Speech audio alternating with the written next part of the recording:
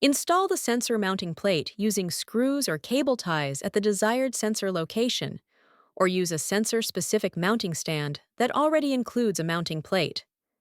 Write down the transmitter serial number and rental number.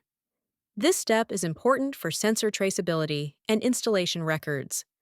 Mount the sensor onto the mounting plate and check that the hooks on the plate are firmly engaged in the designated locations on the sensor. Connect the sensor to mains power using the designated power supply. Use an extension cord if necessary so that the installation location is not limited by the position of the power outlet.